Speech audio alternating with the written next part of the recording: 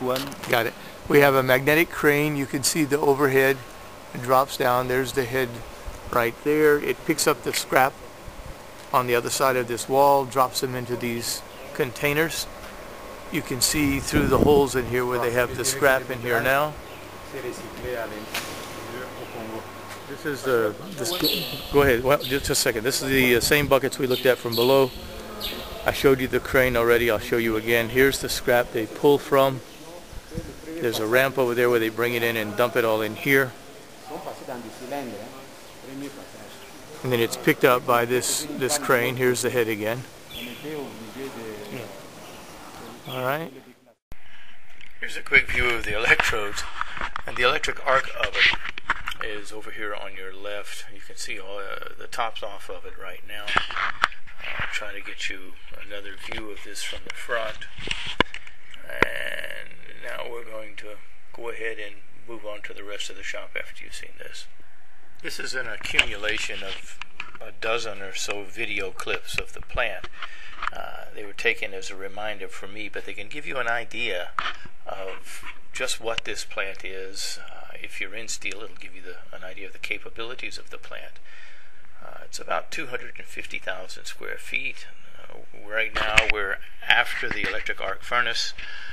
Prior to manufacturing or making the billets, the molten steel is going to go downstairs, if you will. We're on a platform right now, and we should look down and see where the billets are formed,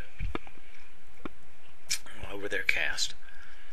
We'll follow the process through, and in a minute I'll head downstairs and we'll try to pick it up from there. Alright, we just left this area. The billets come down. You can see another crane here where they pick these up. I'm standing in the middle of a huge storage area where they store the billets. Here's a few that they have done now. There's another crane here. This is the area of this one building that we've already visited. This is where they take the scrap metal and they convert it to the billets that we saw on the ground over there. There's cranes everywhere. Next we'll go into the other part of this building, which is down here. In this area they'll take those billets and they'll convert them into rebar.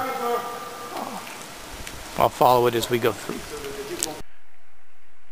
Here's the front of the furnace leading into the cross-country mill.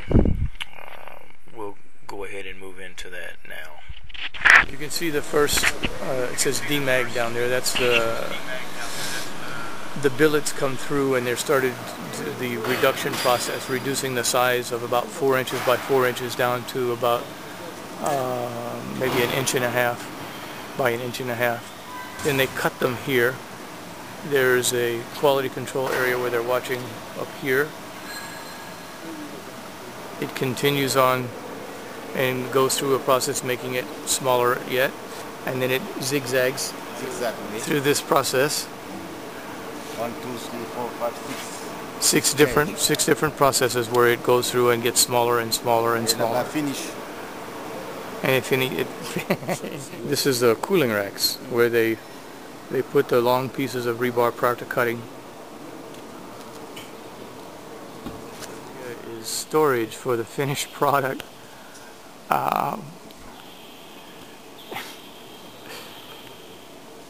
The trucks come in and pick it up to deliver it.